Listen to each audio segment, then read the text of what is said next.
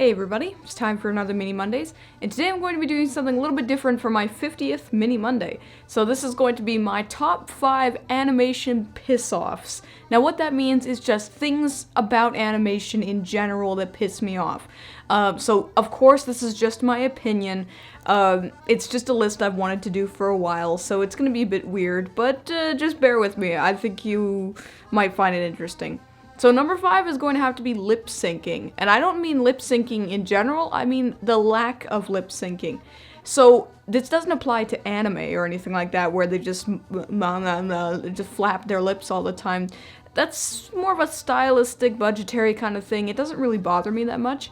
What does bother me is when they have an animation when it does have lip syncing in it, they decide not to reanimate lines. So what that means is the voice actor will record a line and then they'll change it later, but they already have the scene animated, so they put that new audio over the animated lip syncing so it doesn't match up. I noticed this a lot in older cartoons actually. I know it's a budgetary thing, they can't always go back and fix the scene, but it just bothers me because it just never fits. Yeah, that's number 5.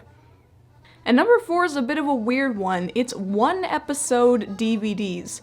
So this might not be limited to animation. I've never seen it on a live action DVD, but I bet there's them out there.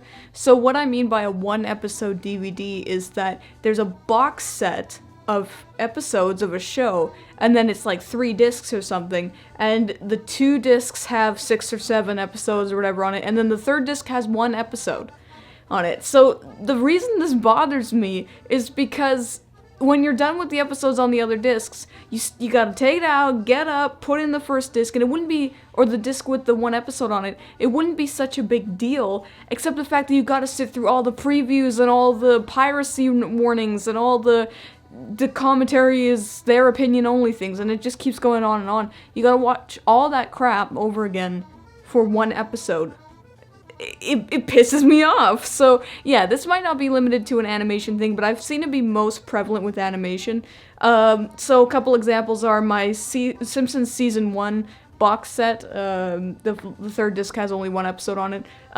Family Guy, I think Season 6 possibly has one that has actually 2 episodes on the final disc. So it bothers me. It's quite a big piss off. I know it's kind of weird, but yeah, that's number 4. And number 3 would have to be lazy dubbing. So this is more specifically an anime thing. So when an anime is dubbed into English, it always pisses me off that they can't get people who are good voice actors. So I realize that good voice actors are probably more expensive, but the thing is that they should really shell out the money for it because dubbing is normally pretty bad. It's pretty bad and it just ruins a show, to be honest. So for me, it's a big problem. I don't watch shows in English if they're in Japanese originally, because I don't need to, I speak Japanese. But the thing is that even if I wanted to watch it in English, I couldn't because the voice acting is always so terrible. And it isn't always a Japanese to English thing. There's others too, like Code Lyoko is pretty bad with its English dubbing, but I'll get to that eventually. So yeah, it's a big piss off of mine when they just can't get anyone decent. I mean, how hard is it to talk like a normal person? I realize that voice acting is a difficult job. Okay, I'm not disparaging or trying to undermine the job of a voice actor, just saying that how hard is it to talk like a human being?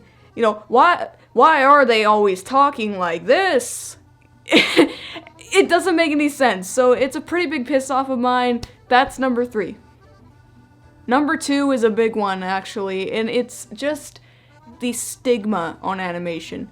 So what I mean by that is the opinion of people that animation is just for kids.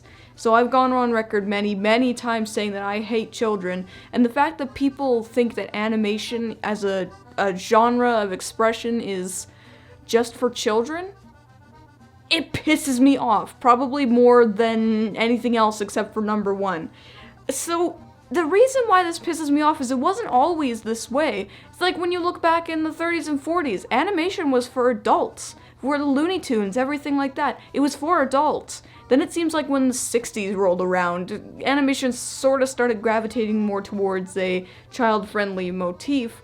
But the problem with that is that now, people don't really see animation as anything better than just kid stuff. And when you say kid stuff, it means bad or not worth your time. So, yeah, there should be animation for children, obviously, but there's animation for adults. But the thing is that animation for adults is just not respected in the same way that live action for adults is respected.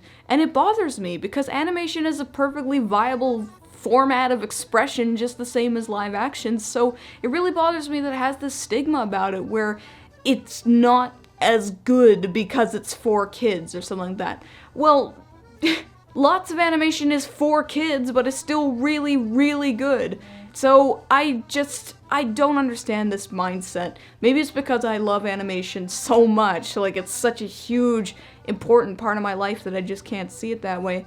But the fact that people would drag animation down to the level of just for kids, just because of the history, the past that animation's had, it pisses me off. So that's number 2. And number 1 is a much more recent problem, and that would be the hiatuses.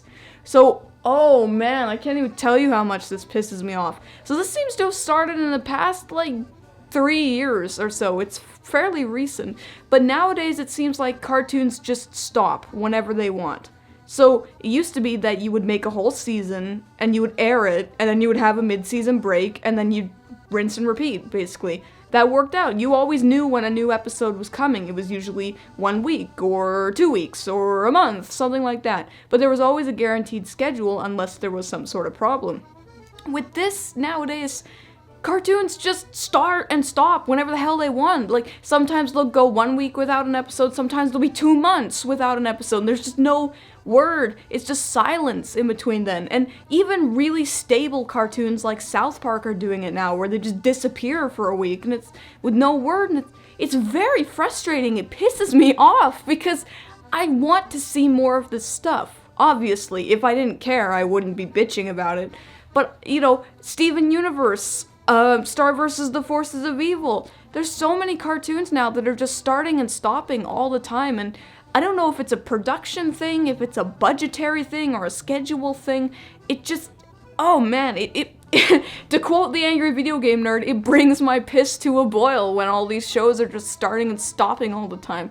Because how are you supposed to get invested in a story when there might not be another iteration of the story or another installment of the story for 2 to 3 months, and it's still the middle of the season? It's like seasons don't even make sense anymore to me. You know why I had trouble doing my Steven Universe season 2 and 3 follow-up? It's because I did not realize season 3 had ended at all, because it just stopped, and then they're like, oh, by the way, we're in season 4 now. But you didn't say that. You didn't say you're on season break, so I hate that, and I really hope it doesn't become a thing anymore. Well, continue being a thing, but based on what we're seeing, this is probably going to be a trend that's going to stick around for a while, and I guess we just have to get used to it. But seriously, it's a huge piss off for me. And that's number 1. So I know this was a bit of a weird list, but yeah, I just wanted to get that all out for my 50th episode. I hope you've enjoyed 50 episodes of Mini Mondays, and I can't wait to bring you guys more. And that's all I have to say about that.